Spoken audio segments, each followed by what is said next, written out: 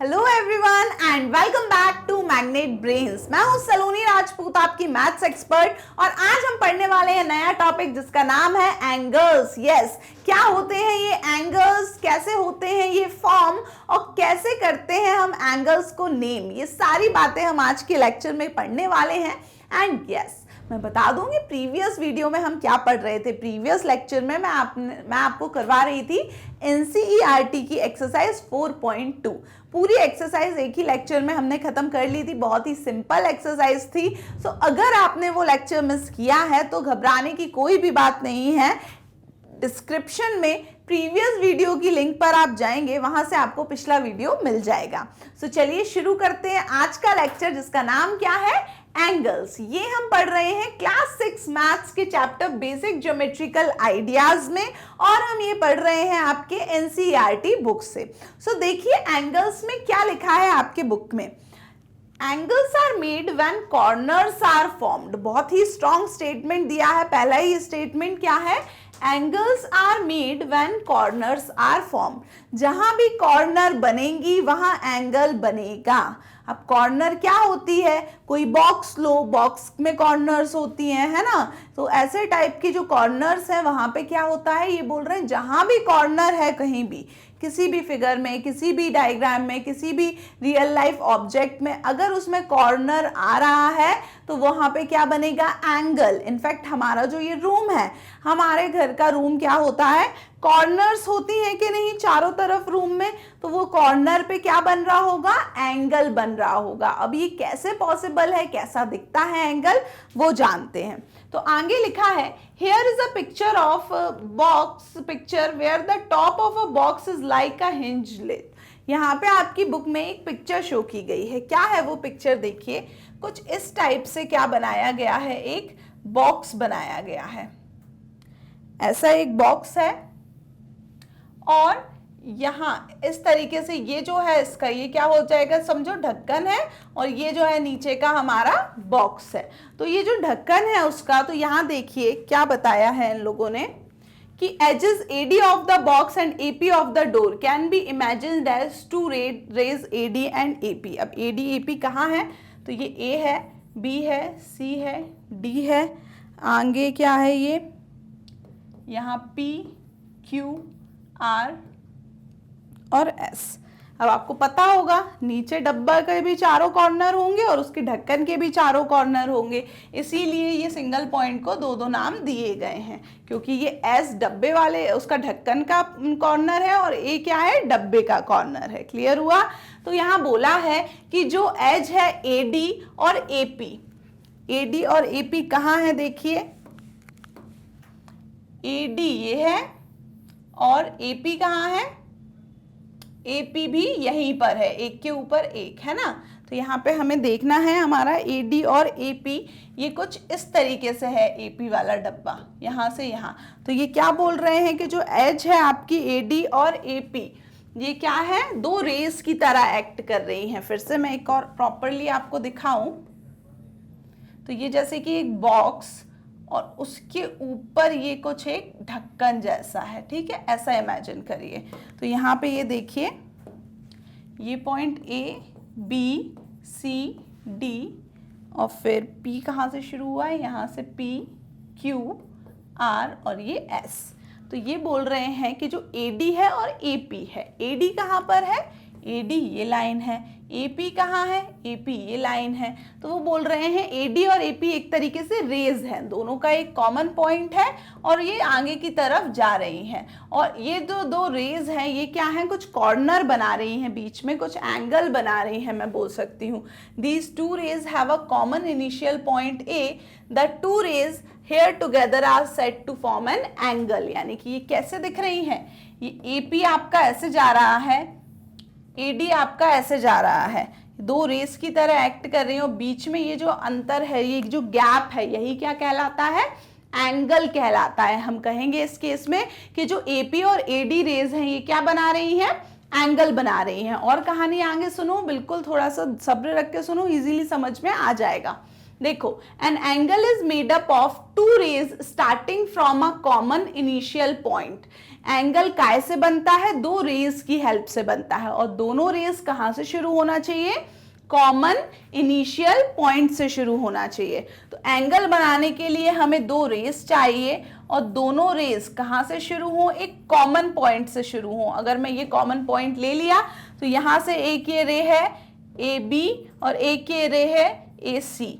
तो समझ में आया आपको? तो ए बी और ए सी दो रे हैं, एक इनिशियल कॉमन पॉइंट ए से शुरू हो रही हैं, तो हम क्या बोलेंगे कि ये दोनों एंगल बना रही हैं। The two rays forming the angle are called the arms और sides of the angle। दो रेज जो एंगल बना रही हैं, ये जो दो रेज हैं, ये जो बीच में है ये क्या बन रहा है? एंगल बन रहा है। और ये जो दो रेज हैं, तो ये जो रेज क्या कहलाती हैं? या तो आर्म्स कहलाते हैं या साइड्स कहलाते हैं एंगल के। ये भी और ये भी जो रेज हैं क्या कहलाती हैं एंगल के? Arms of the angle. Arms यानी हाथ बोल सकते हैं हम एंगल के, या फिर क्या कहलाती हैं? Sides of the angle. और क्या है? The common initial point is the vertex of the angle. और जो भी कॉमन पॉइंट लिया था हमने, ये था हमारा कॉमन पॉइंट जहां से हमारी रेस शुरू हो रही थी, तो ये पॉइंट क्या कहलाता है? ये पॉइंट कहलाता है vertex of the angle, angle का वर्टेक्स। ये क्या हो गई? साइड्स हो गई या आर्म्स हो गई। और बीच में ये जो बन रहा है, इसको कर्व के फॉर्म में हम इस तरीके से रिप्रेजेंट करते हैं, हम इस तरीके से बताते हैं ये क्या होता है? एंगल, यानी कितना कोण बना। अब मैं अगर हाथ को ऐसे रख रही हूं तो मेरे दोनों हाथ क्या हो जाएंगे? ये हथेली आर्म्स हो जाएंगे एंगल की, और हथेली जहां पे ये मिली हुई है ये पॉइंट वर्टेक्स हो जाएगा एंगल का। और ये जो बीच में एंगल बन रहा है ये क्या है? बीच में, ये बीच में एंगल बन रहा है मेरे दोनों हाथों से। क्लियर हुआ? तो ये है एंगल। चलिए आगे बढ़ते हैं, और क्या दिया है एंगल के बारे में। तो देखिए, look at the diagram, what is the name of the angle. यहां पे हमको फिर से एक फिगर दिया हुआ है, एक मिनट, यहां पे हमारे इसके आगे ये चीज थी। This is an angle formed by rays OP and OQ. एक एंगल दिया हुआ है, वो किन रेज से बना है? ओपी और ओक्यू से। ऐसा फिगर बना हुआ है आपकी बुक में, ये ओपी है, ये ओक्यू है, और यहाँ पे बीच में एंगल बना है। ये क्या है? 4.17 फिगर है आपकी बुक में। तो देखिए क्या लिखा है इसके बारे में। This an angle formed by rays OP और ओक्यू। ये एक एंगल है जो कि काय से बना है? ओपी और ओक्यू रेज से बना हुआ है। To show this we use a small curve at the vertex. O is the vertex. O क्या है? इनिशियल कॉमन पॉइंट है जहां से रेस शुरू हो रही है, और इनिशियल कॉमन पॉइंट जहां से रेस शुरू होती है उसको हम क्या कहते हैं? वर्टेक्स बोलते हैं। और वर्टेक्स के यहाँ अंदर की तरफ हम क्या करते हैं? इस तरह का कर्व बनाते हैं ऐसा, और इसी से हम क्या रिप्रेजेंट करते हैं? एंगल को रिप्रेजेंट करते हैं। क्लियर? आगे बढ़िए। What are the sides?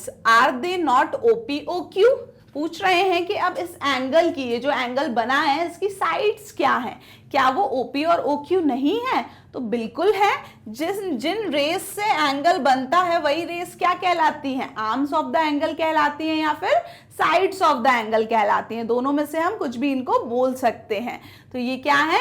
यहाँ पे हम लिखेंगे ये सही है ना? ये नॉट वाला नहीं आएगा कि साइड्स क्या है? ओपी और ओक्यू हैं। आगे बढ़ते हैं। How can we name this angle? अब इस एंगल को नाम कैसे दें? अभी तो हमने दिखा दिया कि ये यहाँ जो बन रहा है ये एंगल बन रहा है। अब नाम कैसे दें? कैसे इसको बोलें? ये कौन सा एंगल है? कुछ तो नाम होगा, जैसे कि रे का नाम है ओपी, रे का नाम है ओक्यू, वर्टेक्स का नाम है ओ। तो एंगल का क्या नाम है? तो देखिए, we can simply say that it is an angle at O। हम सीधा बोल सकते हैं कि ये क्या है? Angle at O। यहां लिख सकते हैं हम this is an angle at O। Clear हुआ? यानी कि इसको मैं इस तरीके से भी सिंबल को रिप्रेजेंट करते हैं हम। ये जो है सिंबल, ये एंगल बोलते हैं हम इसको, और जो एंगल हो उसको आगे लिखते हैं। तो एंगल O है ये हमारा एंगल। क्लियर हुआ? और देखिए, टू बी मोर स्पेसिफिक, थोड़ा सा और स्पेसिफिक होने के लिए कि अगर फिर भी आप समझ ना पा रहे हो ओ से, तो देखिए क्या करेंगे। सम 2 points we can identify some 2 points, one on each side and the vertex to name the angle. हम क्या करेंगे, 2 पॉइंट लेंगे दोनों साइड्स के ऊपर के और वर्टेक्स को लेंगे। तो 2 पॉइंट्स कहाँ है साइड्स के ऊपर, एक ये P है और एक ये Q है, और वर्टेक्स क्या है O, यानी कि P, Q और O इन तीनों अल्फाबेट्स की हेल्प से हम क्या करेंगे, इस एंगल को नाम दे सकते हैं ज्यादा अच्छे से। क्या है, angle POQ is does a better way to name the angle. We denote this by ये लाइन जिसको हम एंगल पढ़ते हैं और POQ, क्या नाम दिया है इनने, POQ।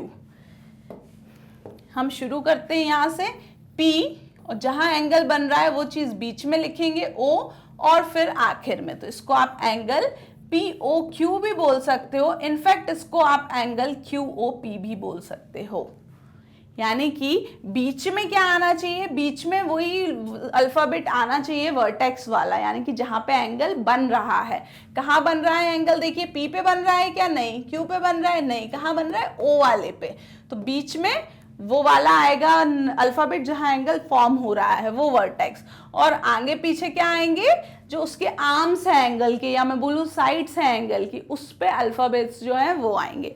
तो हम इसको एंगल POQ भी बोल सकते हैं या एंगल QOP भी बोल सकते हैं। समझ गए आप लोग, अभी और भी समझाऊंगी और अच्छे से क्लियर हो जाएगा। देखिए आगे बढ़िए, यहाँ पे थिंक, डिस्कस एंड राइट में ही इसी फिगर के नीचे और भी चीजें दी हैं। क्या, लुक एट द डायग्राम। फिर से एक हमें यहाँ डायग्राम बनाया हुआ है। अब देखो क्या बना है, अब इस टाइप का बना हुआ है, ये ऊपर ये नीचे। अब यहाँ पे क्या है, 3 रेज की यूज किया गया है, और 3 रेज में स्टार्टिंग पॉइंट है इसका P, यहाँ पर है A, ये है B और ये है C। तो ये क्या रे हो गई, PA एक रे हो गई, PB एक रे हो गई और PC एक रे हो गई। इनिशियल पॉइंट P है, यानी कि वर्टेक्स क्या है, P है। तो अब देखिए एंगल कहाँ कहाँ बन रहे हैं। तो यहाँ देखिए, What is the name of the angle? Shall we say angle P? But then which one do you mean? अब यहाँ पे ये जो एंगल बन रहा है, देखिए कहाँ कहाँ एंगल बन रहे हैं। जहां भी 2 रेज मिलती है, मैंने कहा एंगल बनेगा। तो अगर PA और PB मिली तो ये वाला एंगल बनेगा, है ना। और PB और PC अगर मिली तो फिर ये वाला एंगल बनेगा। और अगर हम PB को देखें ही ना, तो PA और PC से कौन सा एंगल बनेगा, ये बड़ा वाला बनेगा। यानी कि इसमें 3 एंगल बन रहे हैं। फिर से मेरे को फॉलो करो अगर याद नहीं रह रहा हो तो, कि मेरे को एंगल बनाने के लिए कितनी रेज की जरूरत है, सिर्फ 2 रेज की। 2 रेज को एक ही अगर स्टार्टिंग पॉइंट से हम शुरू करते हैं तो वहां क्या बनता है, एंगल बनता है। तो आप देखिए, सबसे पहले आप क्या करो, PA और PB रे ले लो। तो कैसा एंगल बनेगा, ये कुछ इस टाइप का एंगल दिख रहा है मेरे को, है ना। फिर आप ले लो कौन सी, PB और PC। तो PB और PC से हमें कैसा एंगल मिलेगा, ऐसा एंगल मिलेगा, ये BPC, राइट। और कौन सा ले लो, PA और PC ले लो। PA और PC से कैसा बनेगा, देखिए PA PC से ऐसा एंगल बनेगा, ये। तो यानी कि हम यहाँ पे पेयर 2-2 का पेयर बनाते हैं तो 3 तरह के एंगल बन रहे हैं, और तीनों ही एंगल में वर्टेक्स क्या है, उसमें P है। तो अगर मैं यहाँ इस पूरे एंगल को एंगल P कहूं तो मैं किसके बारे में कह रही हूँ, मैं इस एंगल P का बोल रही हूँ, इस एंगल P के बारे में बोल रही हूँ, या इस एंगल P। यहाँ तो 3 एंगल्स बन रहे हैं, है ना। इन दोनों लाइन के बीच ये वाला एंगल, इन दोनों लाइन के बीच ये वाला एंगल, और ऊपर और नीचे वाली लाइन के बीच ये इतना बड़ा एंगल। तो P तो वर्टेक्स है, पर हम अगर एंगल P ही बोले तो कौन सा P, इस P की बात कर रही हूँ, इस P का या इस P का। तो यानी कि हमको मोर स्पेसिफिक होना पड़ेगा, हमको और अच्छे से नाम देना पड़ेगा इनको। जैसे अभी हमने अच्छे से नाम देना सीखा था। कैसे सीखा था, कि 2 आर्म्स वाले नाम आगे पीछे लगाओ और जहां एंगल बन रहा है वो बीच में लगाओ। कैसे, देखो यहाँ पे आर्म्स वाले A और C है, तो A और C आगे पीछे लगाओ, बीच में क्या है, P है, और आगे ये वाला सिंबल। तो ये हो जाएगा एंगल APC। इस वाले को नाम दो एंगल, आगे पीछे क्या लगेगा, ए और बी लगेगा, बीच में वर्टेक्स पी लगेगा, तो ये क्या हो जाएगा, एंगल ए पी बी। आगे देखिए ये बी और सी लगेंगे आगे पीछे, और बीच में क्या आएगा, ये पी आएगा, तो ये क्या हो जाएगा, एंगल बी पी सी। यानी कि ये जो एंगल बन रहा है इसका नाम है एंगल ए पी बी, क्योंकि ये ए और बी से बन रहा है, बीच में पी है। ये जो एंगल बन रहा है ये बी और सी से बन रहा है और बीच में पी है, तो बी पी सी हो जाएगा। और ये जो बड़ा वाला एंगल बन रहा है वो ए और सी से बन रहा है, तो ए और सी आजू बाजू और पी बीच में, तो ये एंगल ए पी सी हो जाएगा। अगर आप सिर्फ पी बोलोगे तो वो जो पी है वो क्या होता है, ये पूरा एंगल होता है पी, यानी इस वाले को हम और क्या बोल सकते हैं, एंगल पी भी बोल सकते हैं। यानी कि पी अगर इस टाइप का कॉमन आर्म आ रही है, दो या दो से ज्यादा एंगल बना रही हैं, तो हमें क्या करेंगे, अगर हम सिर्फ पी बोलेंगे तो वो पूरा माना जाएगा। अगर हमको छोटे छोटे सारे एंगल स्पेसिफिक बताने हैं तो हमको इस तरीके से ये तीन तीन अल्फाबेट के साथ नेमिंग करनी पड़ेगी। समझ में आया कुछ कुछ? तो देखो और क्या लिखा है यहाँ पे कि by angle P what do we mean, is naming an angle by vertex helpful here, why not. क्या हम सिर्फ P बोलते तो हमारा काम निकल जाता है यहाँ से? नहीं, P से तो वो पूरा एंगल हो रहा है, जबकि यहाँ तो तीन तीन एंगल बन रहे हैं, तो हमने इसमें क्या किया, स्पेसिफिक नेम की यूज करी। तो by angle P we may mean angle APB, CPB, APC।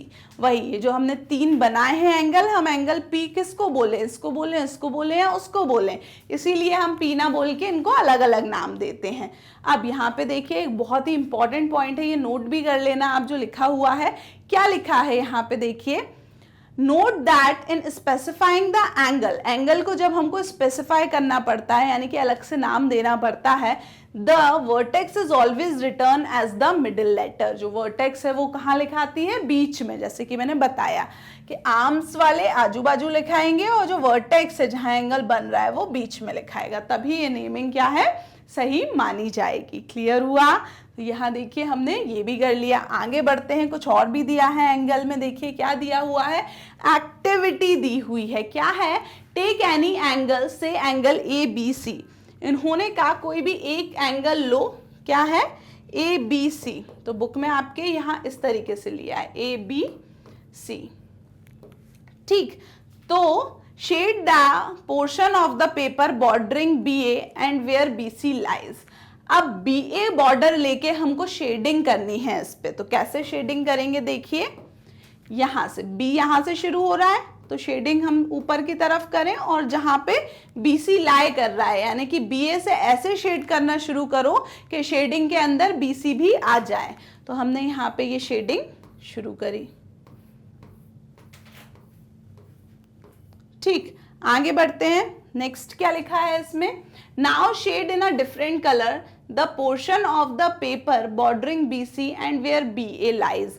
अब कहाँ शेड करना है हमको, अब BC से शुरू करना है शेड करना, और जहाँ ऐसे तरफ शेड करना है, ऊपर करेंगे नीचे BC से तो नीचे, क्योंकि BA वहां पर आना चाहिए। तो अब हमने क्या किया, देखते हैं, यहां से शुरू करा, इधर से शेड करना, तो ये क्या है, बाउंड्री मैंने BC ले ली और शेड नीचे की तरफ कर रही हूं ताकि वो शेडिंग में क्या आ जाए, BAB आ जाए। नेक्स्ट क्या लिखा है आपकी बुक में, नेक्स्ट लिखा है the portion common to both shadings is called the interior of ABC। Note that interior is not restricted area, it extends indefinitely since the two sides extends indefinitely. बोल रहे हैं ये कि अब जब हमने शेडिंग कर ली तो दोनों शेड जहां पे कॉमनली आ रहे हैं यानी कि दोनों शेड जहां पे मिल रहे हैं वो एरिया क्या कहलाता है, एंगल का इंटीरियर एरिया कहलाता है। तो कहाँ आ रहे हैं दोनों शेड्स, देखिए दोनों जो शेड्स हैं वो आपके इस एरिया में, मैं लाइनिंग कर दे रही हूं, इधर के एरिया में क्या आ रहे हैं, दोनों शेड्स आ रहे हैं। देखिए ऊपर सिर्फ एक शेड है, नीचे दूसरा शेड है, बीच में यहां से क्या है, दोनों शेड्स हैं। तो ये बीच वाला एरिया, ये जो एरिया है ये क्या कहलाएगा, आपका इंटीरियर कहलाएगा। अब ये देखिए कि अगर ये यहां मैं रे खत्म कर रही हूं तो इंटीरियर यहां खत्म होगा क्या, नहीं, रे क्या कभी खत्म होती है, नहीं होती। रे को तो अगर मैं क्या करूंगी, और आगे ले जाऊंगी, इसको और आगे ले जाऊंगी, तो क्या है, इंटीरियर और आगे चला जाएगा। इसका कहने का क्या मतलब है कि इंटीरियर कभी भी स्पेसिफाइड एरिया में नहीं रहेगा कि बस इतना ही इंटीरियर है। वो क्या होगा, वो ऐसा होगा कि यहां तक तो स्पेसिफाई है, लेकिन ये दो रे जब तक बढ़ती जाएंगी इंटीरियर एरिया भी उसका बढ़ता जाएगा। तो यहां आपको सिखाया गया था इस एक्टिविटी के मदद से कि इंटीरियर एंगल क्या होता है, इंटीरियर ऑफ अ एंगल क्या होता है। अब आगे देखिए और क्या लिखा है इसमें कि in this diagram x is interior. अब एक दूसरा डायग्राम बना लेते हैं हम, थोड़ी क्लैरिटी हो जाए। देखिए एक डायग्राम दिया हुआ है आपके बुक में अलग से भी कि एक डायग्राम में x is interior of angle, Z is not the interior. इस तरीके से क्या बना है, एक एंगल बना है क्यू आर पी, और यहां है एस, यहां कहीं है Z और यहां कहीं है X। क्लियर हुआ, ये एक एंगल आपकी बुक में बना है। अब क्या बोला है कि in this diagram X is in the interior of angle. जो X है, X कहां पर है, देखिए ये कहां है, इंटीरियर में है, एंगल के इंटीरियर पोर्शन में, अंदर के पोर्शन में है। Z is not in the interior but in the exterior of the angle। और जो Z है वो कहाँ है, वो अंदर नहीं है, Z देखो बाहर है, एंगल का इंटीरियर तो ये है, एंगल के अंदर अंदर। तो Z क्या होगा आपका, Z इंटीरियर में नहीं है, अंदर नहीं है, तो उसको क्या बोलेंगे, एक्सटीरियर। अंदर वाले को इंटीरियर, और जो उसके ऊपर ही है, एंगल के ऊपर ही है S, तो क्या होगा, S is on PQR, does angle also 3 parts associated with it। और S क्या है, ऑन द एंगल है, तो यानी कि एंगल में भी पोजीशन के हिसाब से वही 3 पार्ट होते हैं जो हमने कर्व में पढ़े थे कि interior, exterior and on the angle. Clear हुआ, तो ये हमने पोजीशन भी पढ़ ली एंगल्स में।